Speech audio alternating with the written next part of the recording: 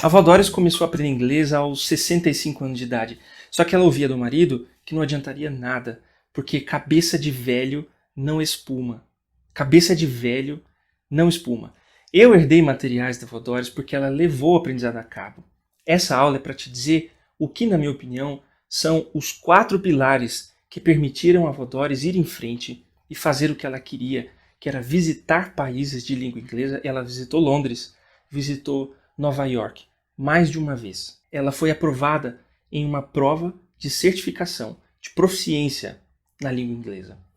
Quando você diz ou ouve alguém dizendo não sirvo para aprender um outro idioma, o que falta nesse caso é o que eu chamo de fotografia de fluência. Ter uma fotografia de fluência é ter um ponto de chegada em que você vai efetivamente utilizar o idioma. É um ponto de chegada em que você efetivamente desfruta do seu esforço de aprendizagem. O que a avó Doris queria era visitar os países de língua inglesa e se orientar, ir aonde ela quisesse, entrar em lojas e se comunicar. É uma fotografia de fluência absolutamente clara.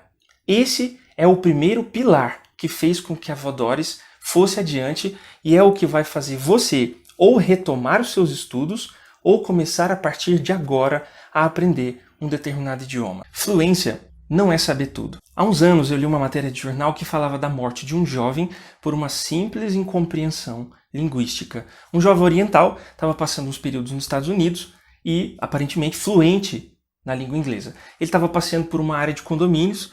Haviam ali uma série de guaritas e um dos vigilantes, desconfiado, deu uma ordem para que ele parasse. A questão é que ele não compreendeu. O vigilante repetiu a ordem, ele não parou e foi baleado e morreu. A ordem não foi uma ordem comum, não foi stop, não foi uma ordem comum, foi uma gíria. Ele disse freeze. O jovem não compreendeu. Agora, tem um outro aspecto. Fluência também não é se comparar a um nativo de uma determinada língua. Você já ouviu falar do Marco Linguístico Europeu? Um parâmetro que serve para você se autoavaliar, saber o seu nível de domínio em determinado idioma. O Marco Linguístico Europeu divide, é uma tabela, e você vai encontrar colunas e linhas. Nas colunas você vai ver as habilidades de audição, escrita, fala. Nas linhas você vai ver os níveis.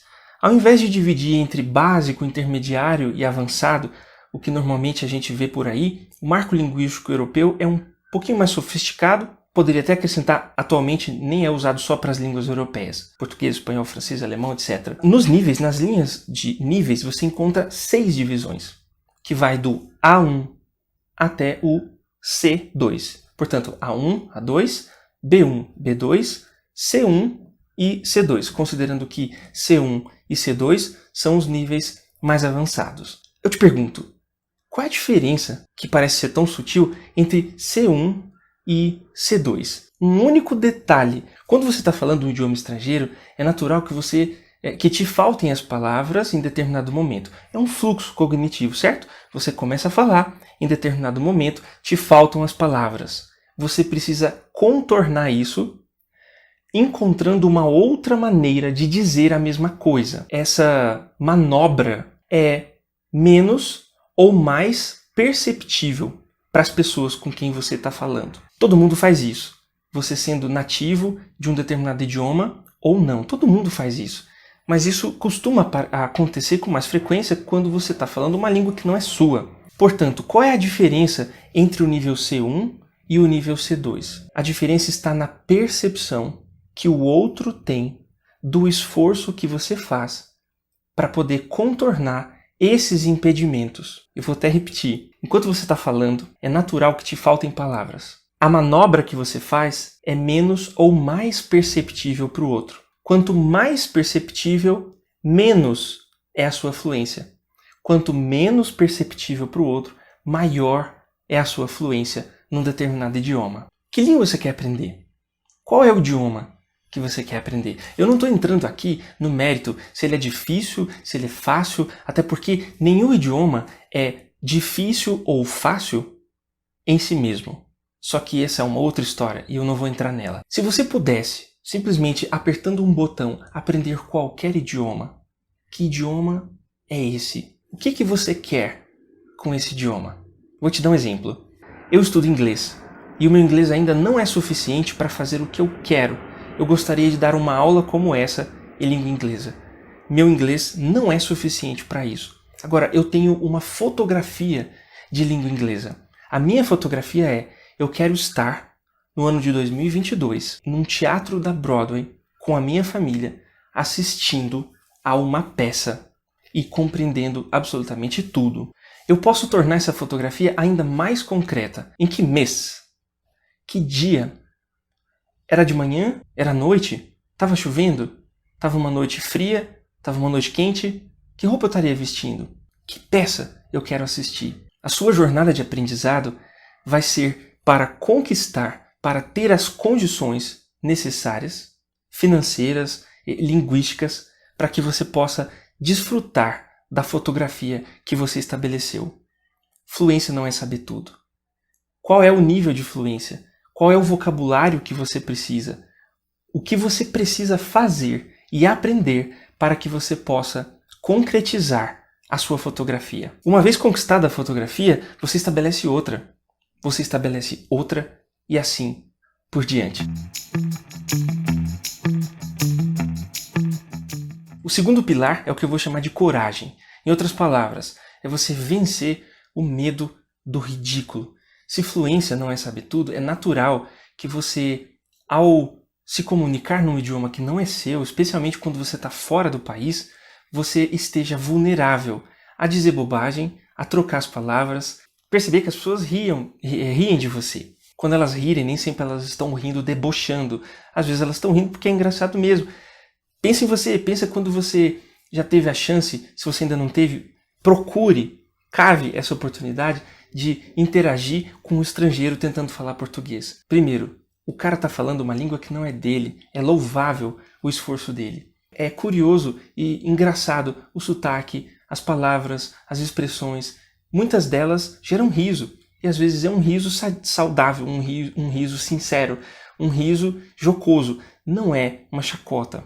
Uma tia muito querida, que já faleceu, a tia Lívia, ela tinha uma coleção de corujas. Quando eu visitei a Argentina pela segunda vez, eu quis trazer de lá uma coruja para ela. Na época, eu tinha 1 ano de aprendizado de espanhol. Eu tinha ido no ano anterior para dar um curso de Esperanto.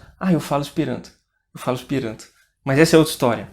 Eu tinha ido para dar um curso de Esperanto e eu ainda não falava espanhol. Eu fiz em português com a ajuda de uma brasileira que falava espanhol. Não pense você que é molezinha, não pensa você que a proximidade do idioma é suficiente para uma situação como essa. Não foi suficiente, eu não fiquei satisfeito, eu quero saber o idioma. Eu me comprometi a estudar e a voltar no ano seguinte para repetir o curso agora em espanhol. Mas é óbvio, eu tinha 1 ano de aprendizado.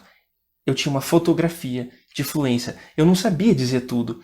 Eu sabia o que eu precisava para fazer o meu curso ser bem sucedido. Eu procurei uma loja de recuerdos, uma loja em que eu pudesse comprar uma lembrancinha para minha tia, comprar a coruja.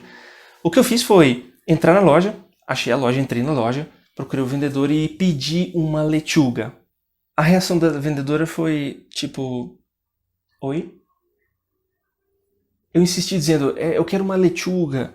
E apontei assim para a vitrine e falei que a lechuga estava ali. Aí de novo ela me olhou e ficou sem entender. Por que eu estava procurando uma lechuga?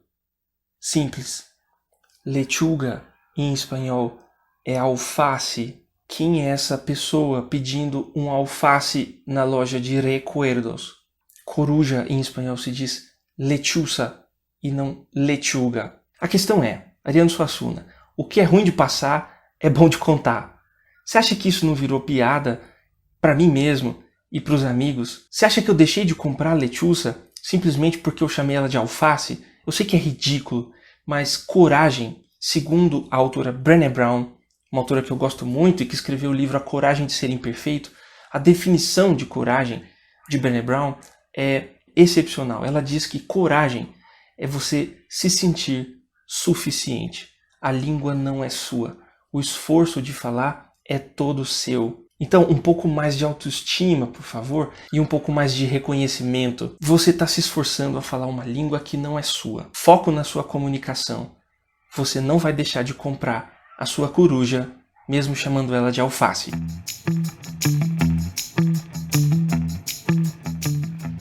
Você já deve ter ouvido falar de Piaget, um pensador nascido na Suíça. Ele viveu numa cidadezinha chamada Neuchâtel.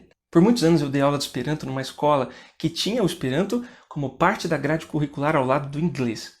E eu tive a oportunidade de me corresponder nesse tempo, não apenas eu, mas nós, a escola, eu, as crianças, nos correspondemos com muitas escolas em muitos lugares que tinham também o Esperanto como parte da grade curricular. Fizemos isso com a África, com Polônia, com China, com a França, e eu tive a oportunidade de tocar um projeto de correspondência coletiva, porque era uma carta gigantesca, as crianças produziam de forma coletiva, davam um maior trabalho para produzir e para mandar. Nos correspondemos com uma escola, referência à educação na Suíça, da cidadezinha de Neuchâtel. Bom, Piaget é o cara que deu nome para o processo de aquisição dos idiomas por parte das crianças. Observando as crianças e percebendo que elas tinham uma tendência fortíssima a generalizar as estruturas do idioma e justamente por isso incorrer em erro, Piaget chamou esse processo de assimilação generalizadora.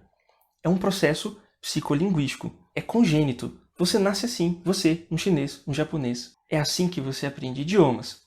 Por isso que a criança ouve cozido e diz fazido. E a gente ri disso. A gente ri disso porque ela incorre em erro. Mas a questão é, a irregularidade está no idioma. O esforço vai na contramão de um processo que é natural em você. Um processo de aquisição por generalização das estruturas. Isso significa que os erros que você comete têm muito mais a ver com os idiomas do que com você mesmo. Entenda isso. Isso se soma ao segundo pilar, coragem. Você é suficiente. Tá tudo bem com você. Tá tudo certo. Eu gosto de um outro autor, também suíço, da parte francesa, franco-suíço, chamado Claude Piron. Ele teve a oportunidade de dizer que o aprendizado de um determinado idioma se assemelha muito a um esportista. A gente poderia comparar com um corredor que faz salto, faz corrida com barreiras. Que ele possa, com velocidade, passar pelos obstáculos, ele precisa fazer isso muitas vezes. Imagina que os obstáculos sejam as irregularidades do idioma. É chapéu ou chapéis? É troféu ou troféis? É guardiões ou guardiã? É guardiões? Como é que é o negócio? Ele diz que aprender um idioma é percorrer um caminho cheio desses obstáculos muitas vezes. Você vai adquirir o idioma por reflexo.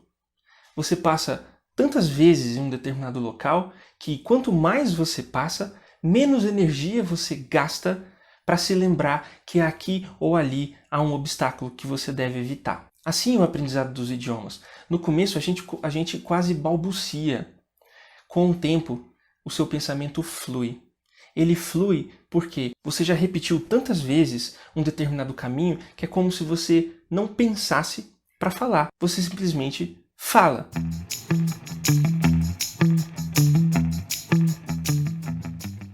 O caminho que você vai percorrer de hoje até a conquista da sua fotografia de fluência precisa ser um caminho em que o contato com o idioma seja regular e consistente. Sabe que muita gente acaba dizendo que não serve para aprender outro idioma justamente porque tem contatos intensos e esporádicos com o idioma e passa longos períodos sem contato?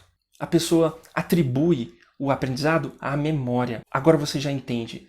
É muito mais do que memória. Não é só você. Qualquer pessoa que tenha contato com um determinado tema esporádico e passa muito tempo, longos períodos, sem retomar o contato com aquele tema, para nós aqui, no caso do idioma, é natural que ele reconheça que já não se lembra. Uma língua é um fenômeno social. Por um lado, ela é um instrumento para te pôr em contato com outras pessoas.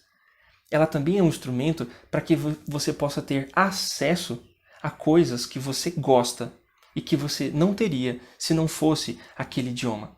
Portanto, o aprendizado de um idioma tem muito, muito mais a ver com associação afetiva, com experiências positivas, com senso de propósito, com a utilidade que você percebe no idioma que você está estudando. É isso que vai fazer você continuar. Me deixa saber quando você conquistar sua fotografia de fluência. Esse vídeo vai ficar aqui para a posteridade. Você vai poder retomar o contato comigo quando você quiser. Um abraço e bons estudos!